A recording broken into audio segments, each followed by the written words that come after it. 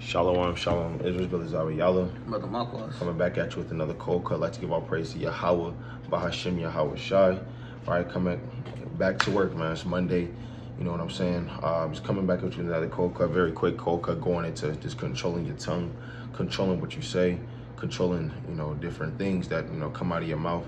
Understanding what you can say can also defile your temple as well. A lot of people, we talk about defiling the temple. We talk about smoking. You talk about fornication, you talking about lust, masturbation, but a lot of people don't really talk about what can come out your mouth that can defile you. Let me get the book of Mark. All right, this is the book of Mark, chapter 15. And let's start. Mark. This is Mark chapter 7. And I'm going to start at verse number 15. And it says, there is nothing from without a man that entering into him can defile him. But the things which come out of him, those are the things that defile the man. So the things that come out of you can defile you, right? Meaning what? The words that you say, the actions that you do, those things defile you. The thoughts, because whatever you think is going to come out of your mouth. Whatever you think is whatever you're going to say. All right, let me jump down to verse 20. And he said that which cometh out of the man that defileth the man, right? For from within, out of the heart of men proceed evil thoughts, adulteries, fornications, murders, thefts, covetousness, wickedness, deceit, lasciviousness, an evil eye, blasphemy, pride, foolishness. All these evil things come from within and defile the man. These things come from within. And guess what? When you speak of covetousness, all you do is speak of your evil thoughts. You speak of adulteries. You speak of things that ought not to be said that can defile you, right? Let me go to James chapter 3 real quick, right? This is the book of James chapter 3, and start at verse 6, and it says, and the tongue is a fire, a world of iniquity. So is the tongue amongst our members, that it defileth the whole body, and setteth on fire the course of nature, and it is set on fire of hell. For every kind of beast and of birds and serpents and things in the sea is tamed and have been tamed of mankind, right? The tongue can defile your whole body. And these things, these animals, birds, insects, beasts, they've been controlled by man. Man has controlled these things. You see them in zoos. You see them on Insect Life, Animal Planet, the Geology Planet. You see, leashes on dogs, different things. The biggest beast being subdued by a man. But let's see what it says. But the tongue can no man tame. It is an unruly evil, full of deadly poison. So the tongue is full of deadly poison, unruly evil, something that you just may not be able to stop. You have people that are babblers and it's run off the lips, man, and they become hateful. You got to be able to watch that. You got to be able to control that. You got to be able to know when to speak and when not to speak, because a tongue can get you in situations that you thought you would never be in, man. Life or death situations too, right? And it says, therefore bless we the Most High, even the Father, and therefore curse we men, which are made after the similitude of the Most High. Out of the same mouth proceedeth blessing or cursing, my brethren. These things ought not to be so. Ought not so to be. So you don't want to be blessing the Most High and cursing men at the same time, whom the Most High created. These both things, you can't. A water fountain doesn't have clean water and sewer water come out of it at the same time. That's not how that works. You got to be able to know control your tongue. You got it. Yeah, like the brother said, you want to have rule over your tongue. And if you don't have rule over your tongue, that's something that you want to pray for. Right, it's the book of Psalms, chapter 39, and verse number 1. It says, I said, I will take heed to my ways. I will not sin with my tongue. So King David said he's going to take heed to his ways and not sin with his tongue. So David was careful about the things that came out of his mouth. David wasn't just saying anything. All right. Right, getting tipsy on a feast day. Next thing you know, you just start saying anything. Now all of a sudden, this brother rib look good, and you saying A, B, and C, and you want to do so and so. Now you want to get into boxing gloves. Now you offending brothers. Right, King David said again. I'm read that again. Psalms 39 and 1. I said I will take heed to my ways, that I sin not with my tongue. I will keep my mouth with a bridle, while the wicked is before me. It says, I was done with silence. I held my peace, even from good, and my sorrow was stirred. So sometimes the best thing to do is just hold your peace, right? I mean, even in the world, they teach you at a young age, if you don't got nothing, if you don't have nothing good to say, don't say it at all. Right. I mean, that's the milk. So if you don't have nothing good or righteous or something profitable to say, and you know whatever's about to come out your mouth is vanity and madness and folly, then brother, don't say it at all. Right. Right, let's go to the book of Psalms, chapter 141, and verse number 2. It says, let my prayers be set forth before thee as incense, and the lifting up my hands as the evening sacrifice. Set a watch, O Lord, before my mouth, and keep the door of my lips. So King David, he prayed that the Lord sets a watch over his mouth. Meaning, a Lord, whatever comes out of my mouth, let it be according to the precepts. Right, let it be according to wisdom, to righteousness. Again, you got certain brothers, they only talk about women all day. And which women dress the best, even in the truth. All they talk about is sports. Now, it's not want to talk about sports, but that's not the only thing you want to talk about. Right? You only talk about sports, women, and damn, that's it. Just sports and women. Our brother say, hey, let's get into the godly. Right, let's talk about the works of Abraham. Nah. Yeah, they just say nah. I don't know about that one, but you hear about that about the last game, right? Brother never got into the gauntlet, right? Brother never wants to go over the precepts and talk about how much wisdom Sirach had, how much wisdom Solomon had.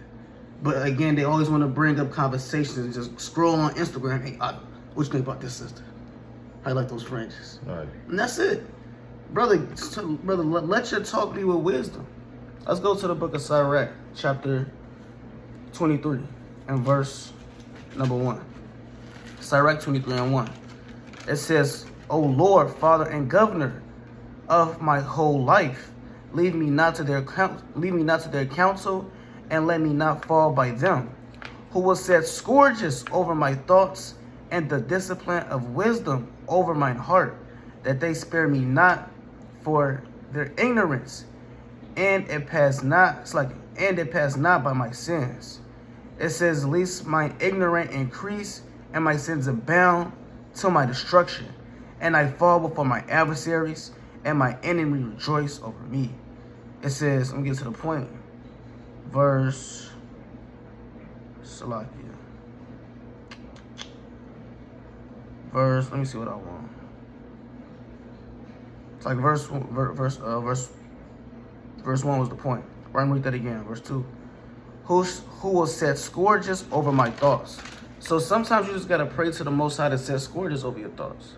Right, before you about to say something, or before you know what I'm saying, you go out, you have your day, pray that the Most High pray that the Lord has righteous thoughts upon your mind. Right, meditate upon righteousness. Instead of just going out, you know what I'm saying, you in the world, you start chopping it up with somebody in the world, then you start saying, oh man, of wickedness. You get seduced into a conversation that you should have never been in. Again, the Lord said you want to make sure that you pray that the Lord sets scourges, thoughts upon your head. So to where the only thing that you can think of is righteousness. And then you try to think of wickedness, but then you're only thinking about Abraham, Isaac, and Jacob. Right? You're only thinking about Yahweh and the different parables. Right then, when you get forth to start having conversations, that's the only thing that's going to come out, because that's the only thing that you're meditating upon. Right? But you got it. That's right. Let me go to the book of Sirach, chapter 20. Yeah, you want to watch what you say. You know, you got brothers, you drinking you drinking like the brothers said at a feast day, drinking everything. Every bottle on the table, you mixing everything. And then you just start uttering perverseness out of your heart. This is Sirach, chapter 20, verse 5. There is one that keepeth silence and is found wise, and another by much babbling becometh hateful. Right? So if you stay silent, some people may think you wise. Brother don't really say anything. All you do is observe. I want to be more like him. He just read in the room all the time. Right? But there's a person by much babbling becometh hateful. Brother say, hey, and another thing too. Right? And you keep going. He don't stop. Wait, where you going? I wasn't done with my point. Brother, they're getting away from you. You've been talking up a storm. You talk so lips, so much your lips are dry, man. Right? You need chapstick. Tell me you got some chapstick. I wasn't doing my point. No, that's off, brother. Just stop talking. Right? And it says, verse 6, some man holdeth his tongue because he hath not to answer, and some keepeth silence knowing his time. There's a time and place for everything. Ecclesiastes 8 and 5 tell you that. Knowing his time. Right? Verse 7. A wise man will hold his tongue till he see opportunity. But a babbler and a fool will regard no time. Yet a babbler and a fool don't care if you're at a funeral. Don't care if you're at the grave site. They don't care if you're in a library. It may be a sister's graduation and they're trying to show you a way to come up on some money. Right? They're trying to show you all manner of time. Look, he's going to talk a storm off your ear, man. And I know people like that. Brothers know brothers like that, man. Right? And it says, he that useth many words shall be abhorred. And he that taketh to himself authority therein shall be hated, man. So you want to know when to hold your tongue. You want to know your time. You want to know your place. When to say something. When it's your turn. When it's to rebuttal. When it's not to refrain. And when to enter into that conversation. I mean, the Lord said, make a door and bars over thy lips, man. Right? Let me jump down to verse 18. To slip upon a pavement is better than to slip with the tongue. So the fall of the wicked shall come speedily. Yeah, the Lord said it's better for you to fall off your bike and break your leg and scrape up your knee and get stitches than to slip with your tongue, man. Well, why would the Lord say that? Because tongue can start wars. A tongue can get you murdered. I mean, there's certain people, you say the wrong thing to them, your head chopped off that night, man. There's certain people, you say the wrong thing to them, it's over with, man. Your family may be ended up jammed up, man. You saying the wrong thing. Imagine slipping with the tongue to the cartel. You say the wrong thing because you just talking. You thought you was funny. Well, brother, now you put your whole life and your family's lives in danger. So the Lord says it's better to slip upon the pavement than slip with the tongue. Let me go to the book of Sirach, chapter 37, and verse number 18. Four manner of things appear, good and evil, life and death, but the tongue ruleth over them continually. So the Lord said life and death and good and evil, the tongue has power over. You can create life with the tongue by speaking life into somebody. Brother, you're doing good today. I like the way you was in the precepts. Keep going. Let's actually do a video today. All praise to the Most High, brother. You was in the spirit today. What you do, like you can help me out. Right? You make a brother feel good. You make a brother feel confident. Brother, you ain't nothing. Bro, you just stand the third. Come on, brother. You still struggling with that? I thought you got over that. You soft. You weak. Satan is going to continue to rule over you. Right? Get out of here. Now, you gave that brother death. Now that brother just may fall out. Right? So a tongue can give you good. It can give you evil, life, and death, man. And you got to know when to say. You got to know when to not say anything. Let me go to Sirach chapter 28. All right? This is Sirach chapter 28 and verse 13. Curse the whisper and double tongue, for such have destroyed many that were at peace. A backbiting tongue have disquieted many, and driven them from nation to nation. Strong cities have they pulled down, and overthrown the houses of great men. I mean, yeah, you have nations that would overturn by the tongue, whispering in people's ear, you know, so-and-so said this about you. And then you go back to the other person, you know, so-and-so said this about you. Right? I think you got to do something about that. I mean, personally, if it was me, right? That personally, if it was me, spirit, right? You know, if it was me, that, you know, I wouldn't even have let that slide, to be honest. And you go over there, you know what this person thinks about doing this about you. And now two people are going to war because you have somebody called in the world what they say playing both sides, right? Being a backbiter, disquieting people that be a person. The Lord said He hates a man like that in Proverbs the 6th chapter, right? And it says, verse 15, a backbiting tongue have cast out virtuous women and deprived them of their labors. Right? You know, and Eve has that spirit of gossiping. Verse 16, whoso hearkeneth unto it shall never find rest and never dwell quietly. The stroke of the wick maketh marks in the flesh, but the stroke of the tongue breaketh the bones. And so you can't listen to Esau. Sticking stones break my bones, but words will never hurt. No, the Lord just said words can break your bones, man. It's like a whip that hits you in your back, man, striking your flesh. Verse 18, many have fallen by the edge of the sword, but not so many as have fallen by the tongue, man. Yeah, a lot of people would died through war, the edge of the sword, but the tongue have killed a lot more people than that. What you got to do? Let's go to the book of Sirach to the book of Matthew chapter 12, verse 36.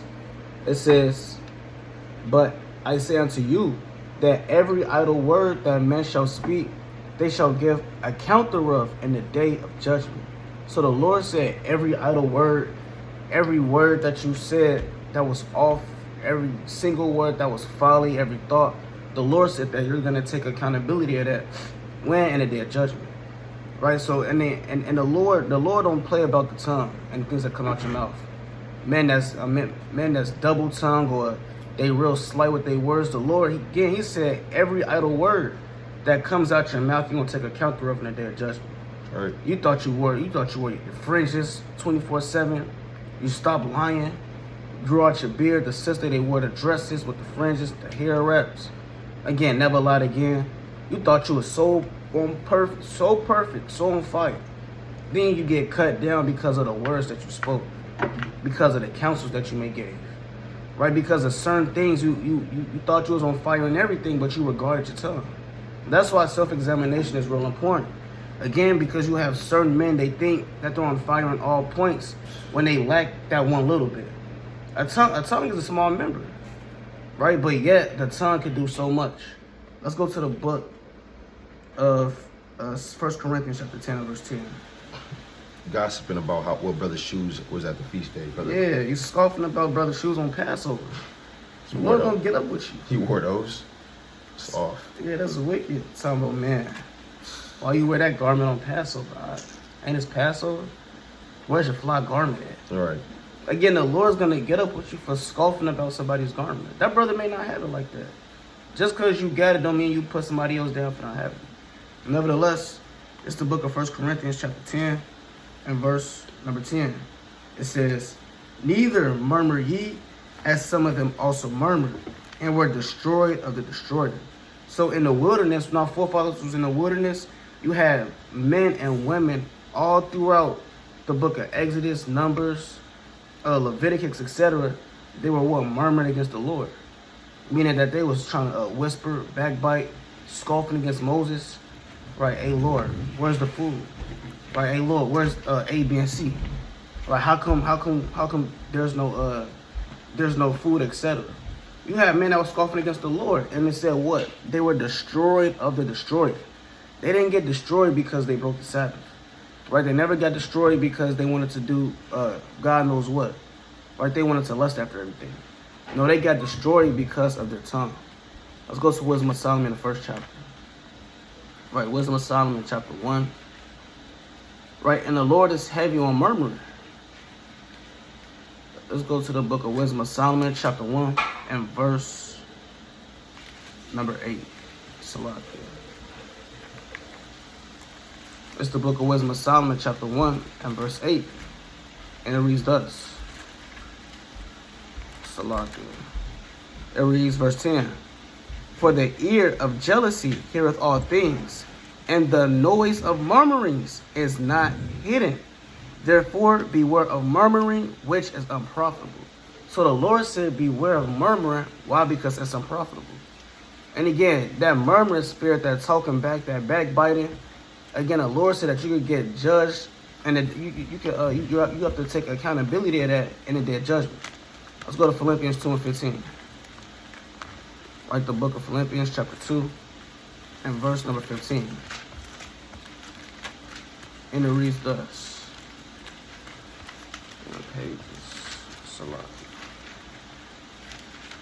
Philippians chapter 2 and verse 15, and it reads, it's like in verse 14, verse 13.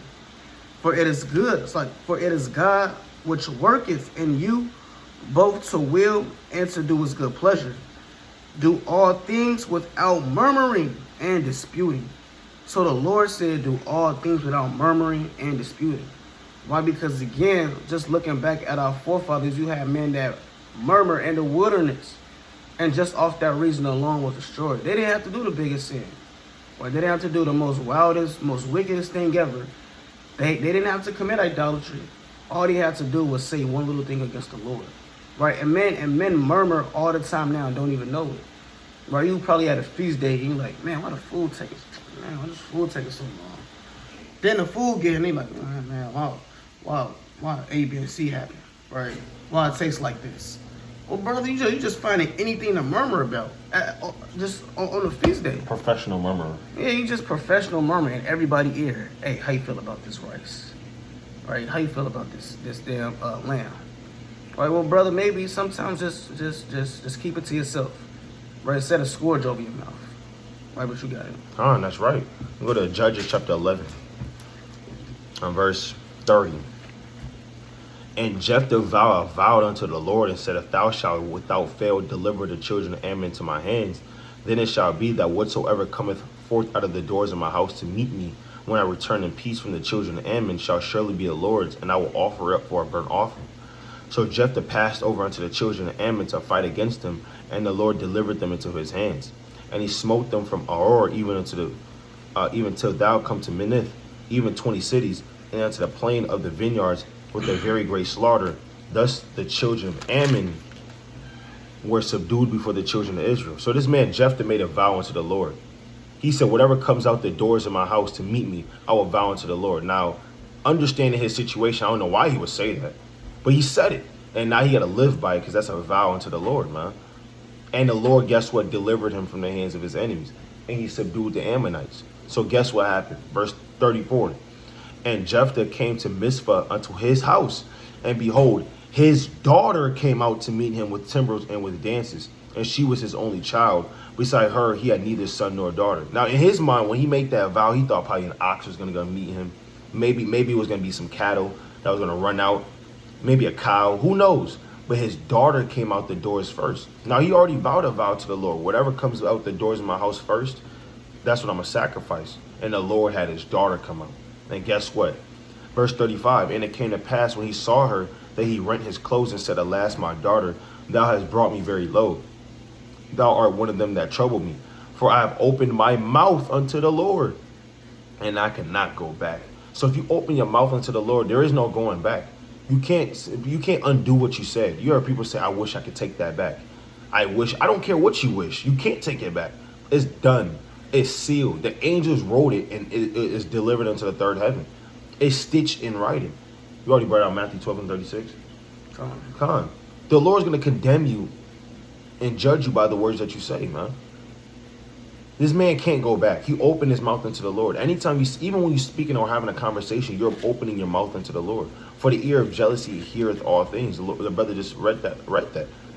The sound of your voice goes up before the Lord. In Wisdom of Solomon 1:7. The Lord knows what your voice sounds like. He knows what you're saying. So you got to watch what you say. You can't just be opening your mouth, chit-chatting to the Most High. You're not considering you doing evil.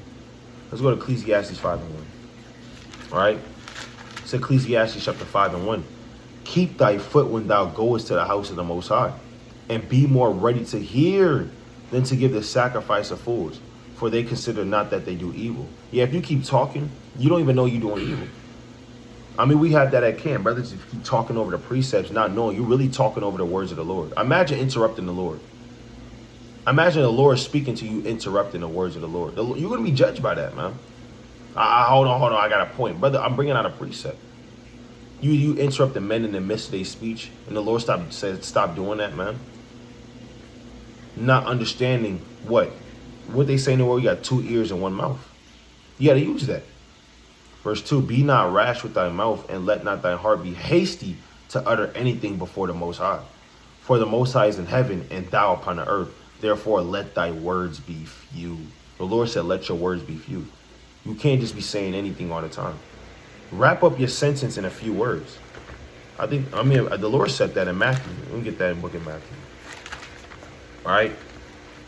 This is the book of Matthew. I believe I went 22. All right. Matthew chapter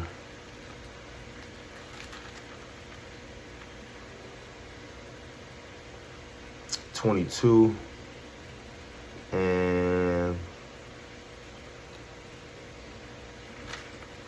actually, that's cool. I don't got to get that. It's Matthew chapter 5 and 37. But let your communication be yea, yea, nay, nay. For whatsoever is more than these cometh of evil. Yeah, you want your communication to be yea, yea, nay, nay. Keep it as simple as possible. Because if not, anything comes after that is straight evil. You can say something that you didn't mean. you can start slipping up. Start expounding on certain things. You be seeing the movies. He said, okay, let's say this and say that. Don't say nothing else. We need to get this deal. We need to make sure we get this job done.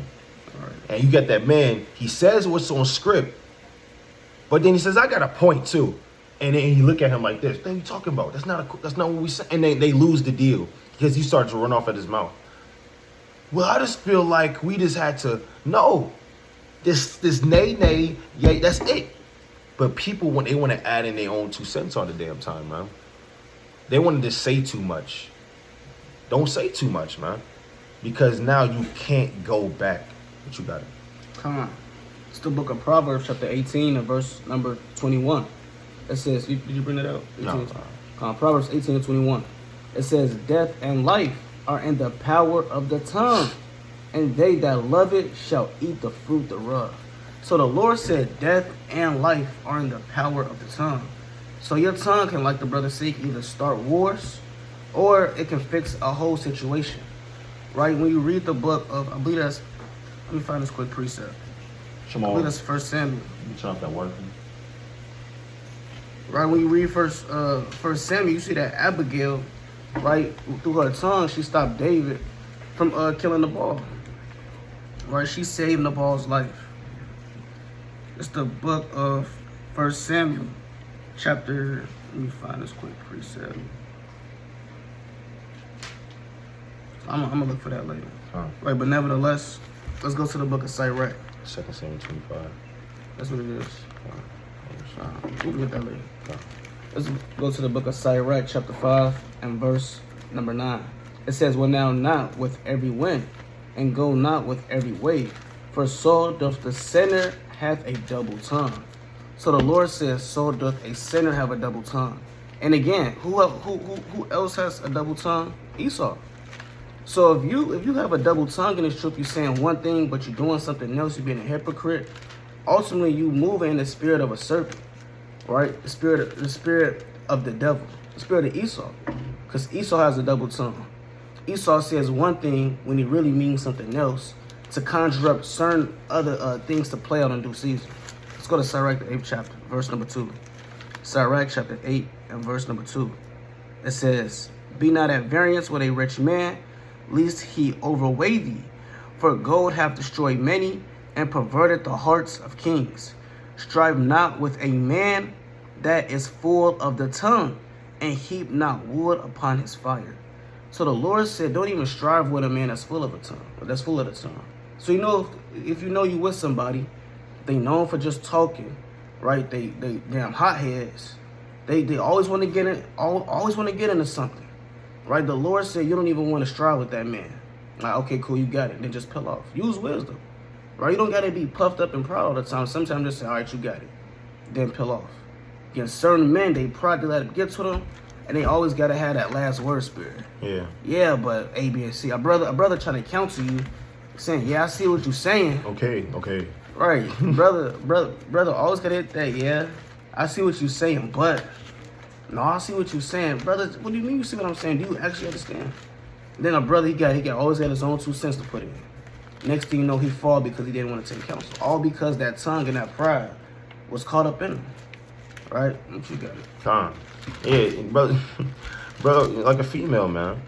Tell me, okay. Damn, brother, just let it go. Yeah. Always trying to say something last. Always trying to one up the next brother, man, with your words, man. That's off. Right? Let me get this precept. This is the book of 1 Timothy. Let me see what I want.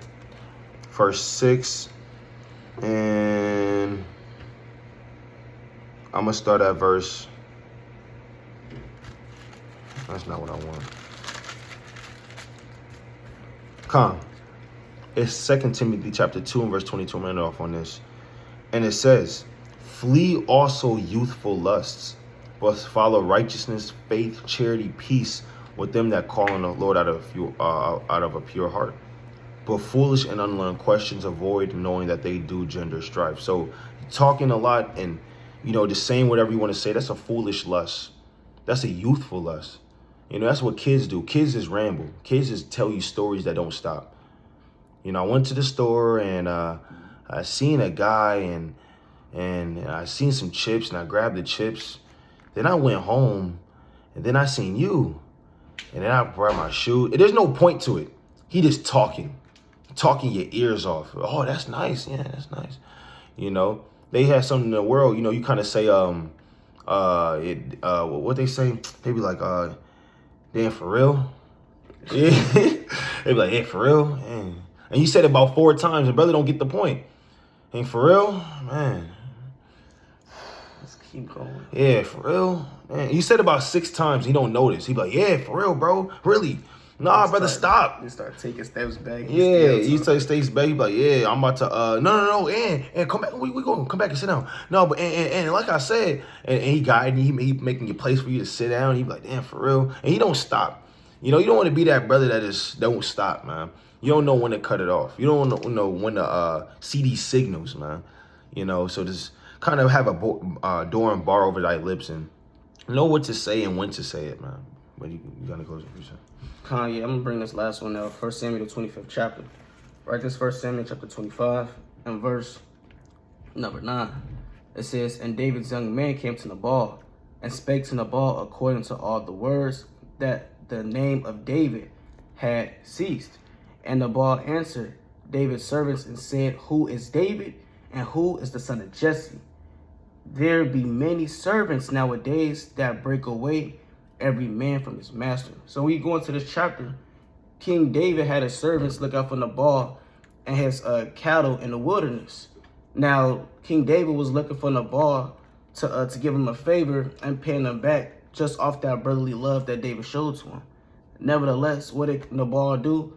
He disrespected, in like a better terms, King David and said, hey man, I don't know King David. I don't know the son of Jesse. Whatever he did, that's on him, right? I'm gonna do my own thing. And again, that just shows how off the tongue somebody can just ruin your whole day, just off the tongue. You don't got to get no hands put on you, right? You could your rear probably said something that irritated you. Again, all power or a lot of power comes from word of tongue. Now jumping down to verse number 14, it says, I'm gonna start at verse 14. But one of the young men told Abigail, Nabal's wife, saying, behold, David sent messengers out of the wilderness to salute our master, and he railed on them. But the men were very good unto us, and we were not hurt, neither missed we anything, as long as we were conversant with them when we were in the field. So it said that this man railed on them, right? We go into that word rail. In the footnote, it says, let me find this real quick. Like that word real. You can pull up that word real for me. For sure. It's in the footnote. No, that's my got it. Right? It says he flew upon them. Right? So when you go into that word real, he flew upon them with his words. Right? And that's spiritual because again, it's spirits and words. The brother brought out in Matthew the 15th chapter or Mark the 7th chapter, whatever you think, that's what's gonna come out. Right? And you can be just on a spiritual level, you can be unclean by the words that come out your mouth and the thoughts that's in your mind. Jumping down to verse 18. And Abigail made haste and took 200 loaves with bottles of wine and 5 sheep and dressed it, and 5 messengers parched corn and 100 clusters of raisins, 200 cakes of figs, and laid them on asses. Right? Because at this time, David had sent men to go kill Nabal, for what Nabal said. Reading on. And she said unto her servants, go before me, behold, I come after you. But she told it not to her husband Nabal. And then you read this chapter, you see in depthly how everything played out. Eventually, the Lord ended up killing Nabal because how much of a foolish man he was, and his acts and how he disrespected the Lord's anointed. And that's another thing. You want to watch how you talk to people because you never know who the Lord is dealing with on a very high level. That's right. But at the end of the day, we don't want to, follow after these childish things, and we want to make sure that we are controlling ourselves in a proper manner, especially in these last days. So, Lord willing, you was edified. You took good notes. Watch what you say today. Watch who you say it to, and know when to say it. But we'd like to give our praises to Yahweh, Bahashem, Yahweh Shai, right, and bid up mighty strong. Shalom. Shalom.